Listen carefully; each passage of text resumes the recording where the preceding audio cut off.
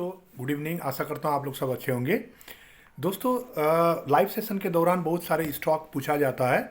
6000 से 7000 stock listed है NSC BSc में। सारे स्टॉक को ट्रैक करना काफ़ी मुश्किल होता है। जो स्टॉक के विषय में मुझे पता रहता है मैं बता देता हूँ। बाकी जो स्टॉक के विषय में मुझे डिटेल रिसर्च करना रहता है मैं उसको वीडियो बना के डाल देता हूँ, ताकि सारे जो मेरे सब्सक्राइबर व्यूअर्स हैं वो उनको जाके देखें और अपना बाई सेल और होल्ड डिसीजन खुद से कर सकें। दोस्तों, अभी तक आपने मेरे चैनल को सब्सक्राइब नहीं किया है तो प्लीज़ सब्सक्राइब कर दीजिएगा।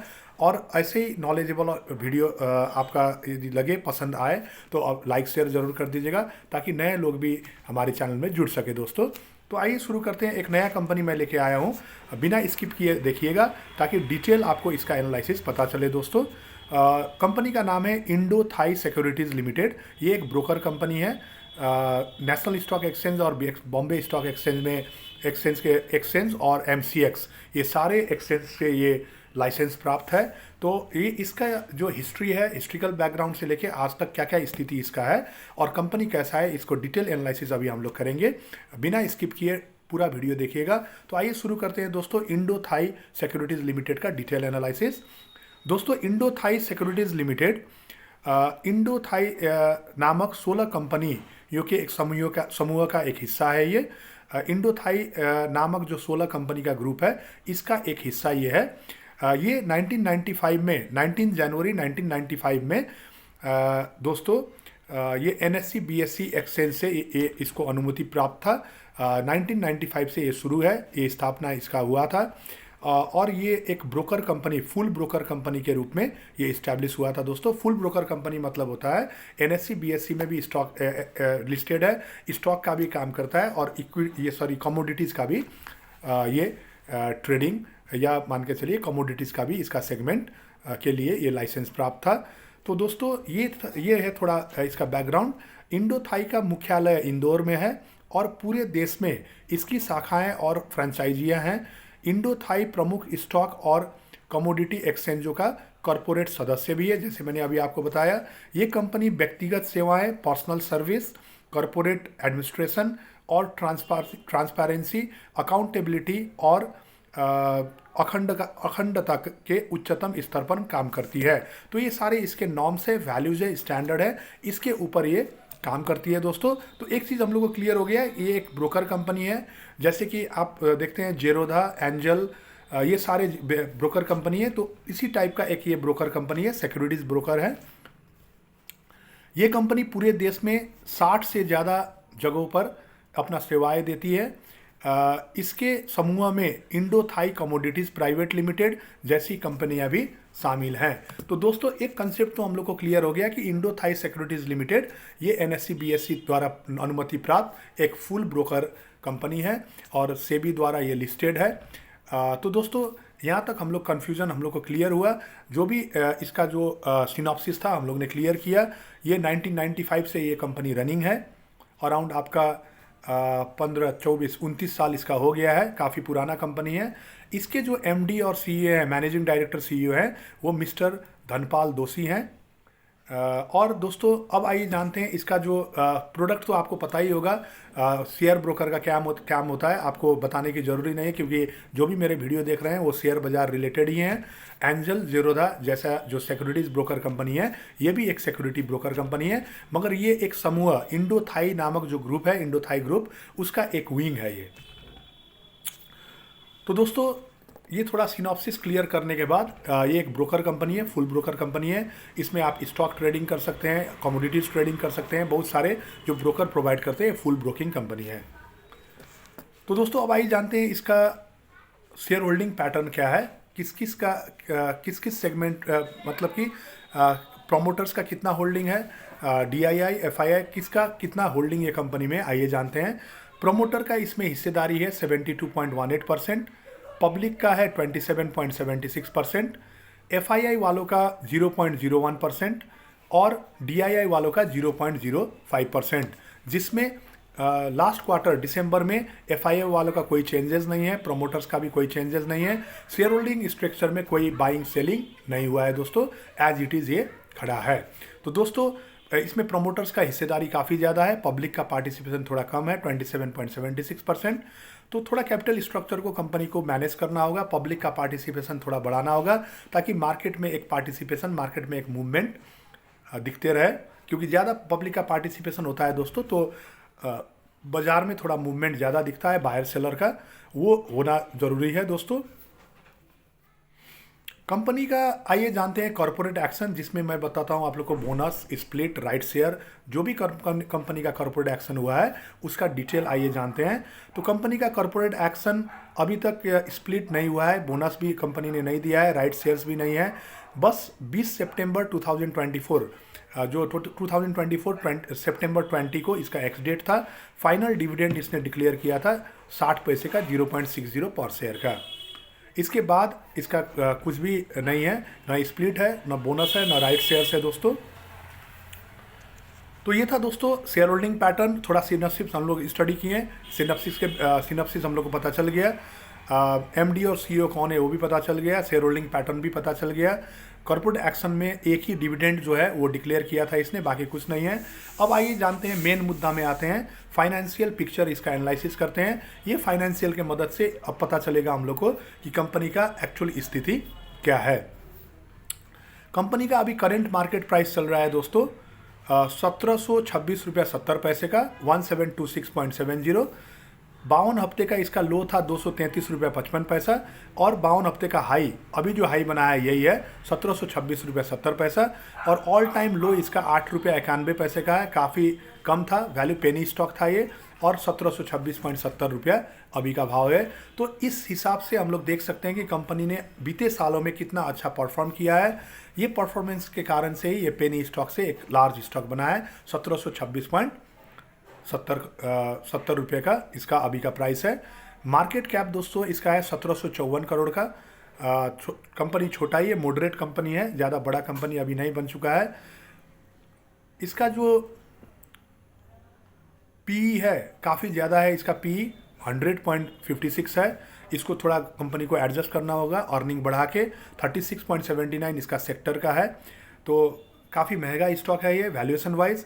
पी भी 23 गुना है, price to book value ratio, book value इसका है 72 रुपया, और 23.98 यानी कि 24 गुना इसका मार्केट प्राइस है बुक वैल्यू के मुकाबले। काफ़ी हाई वैल्यूएशन में अभी ये चल रहा है, हाईली ओवर वैल्यूड स्टॉक है।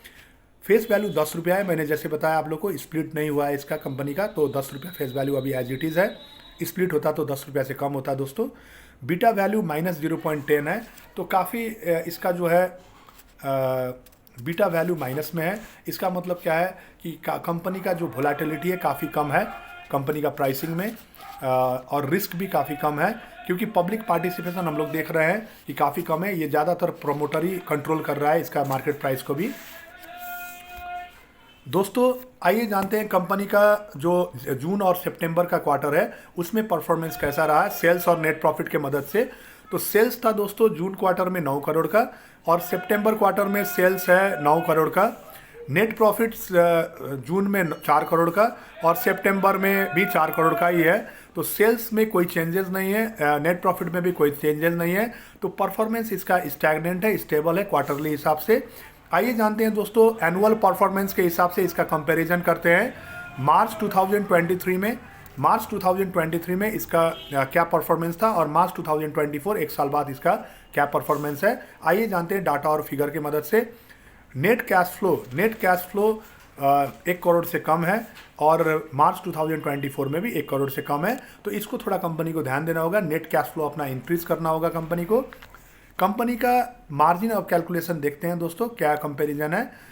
ग्रॉस प्रॉफिट मार्जिन -108% था, जिसको प्लस में इसने खींचा है 67.32% का, काफ़ी अच्छा ग्रोथ है ग्रॉस प्रॉफिट मार्जिन में। Operating profit margin last year था -115.35%, इस साल प्लस में आया है माइनस से 65.66%, काफ़ी अच्छा परफॉर्मेंस है।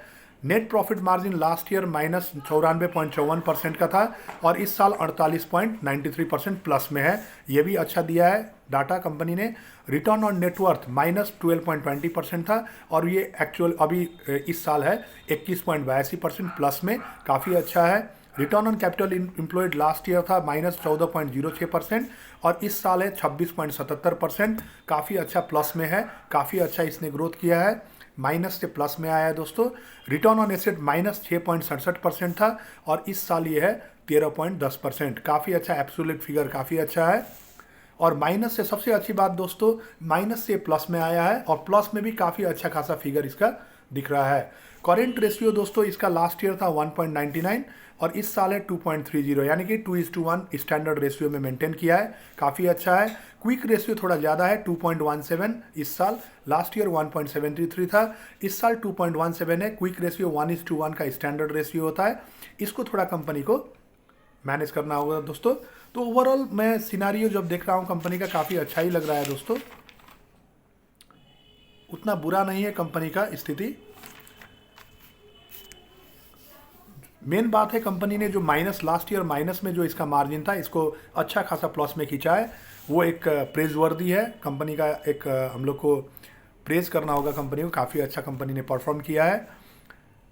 कंपनी का जो डेप्ट था 0.06 था लास्ट ईयर, काफ़ी नॉमिनल डेप्ट है, कर्ज में है कंपनी, काफ़ी कम कर्ज में कंपनी है। और अभी थोड़ा सा हल्का बड़ा है, 0.08 हुआ है, जो कि एकदम नॉमिनल है, डेप्ट ना के बराबर है कंपनी का। Interest coverage ratio last year -34.96 था, 34.96 टाइम्स था, ये अभी +23 गुना हो गया है, 23.96, लगभग 24 गुना इंटरेस्ट ये कवर कर सकता है अपना EBIT से। इंटरेस्ट कवरेज रेशियो का मतलब होता है अपना अर्निंग से ब्याज कितना टाइम्स ये कवर कर सकता है, EBIT डिवाइडेड बाय इंटरेस्ट इसका फॉर्मूला होता है। तो 24 गुना ये कवर कर सकता है, काफ़ी अच्छा है। असेट टर्नओवर रेशियो इसका 0.00 था, अभी 0.27 हुआ है, थोड़ा बढ़ा था मगर इसको इम्प्रूव करना होगा कंपनी को। इन्वेंट्री टर्नओवर, इसमें इन्वेंट्री का कोई बात नहीं है दोस्तों, क्योंकि ये ब्रोकर कंपनी, सर्विस कंपनी, इसमें इन्वेंट्री होता ही नहीं है, तो इन्वेंट्री का कोई बात नहीं है। अब आइए जानते हैं वैल्यूएशन रेशियोज, कंपनी का वैल्यूएशन बढ़ा है घटा है। Enterprise value divided by EBITDA, मैंने पहले भी बताया है, EBITDA का फुल वीडियो मैंने बनाया है, लाइव सेशन में भी, लाइव वीडियोज़ में भी जाके नीचे आप देखेंगे EBITDA लिखा होगा, वो लाइव वीडियो आप देखिएगा। और अलग से एक वीडियो भी मैंने बनाया EBITDA का, वो आप जाके देख सकते हैं। इंटरप्राइज वैल्यू का फॉर्मूला होता है डेप्ट plus reserve and surplus plus market capitalisation, ये 3 आइटम जोड़ने के बाद हम लोग को मिलता है इंटरप्राइज वैल्यू। इंटरप्राइज वैल्यू को आप EBITDA से डिवाइड करेंगे तो आपको मिलेगा वैल्यूएशन।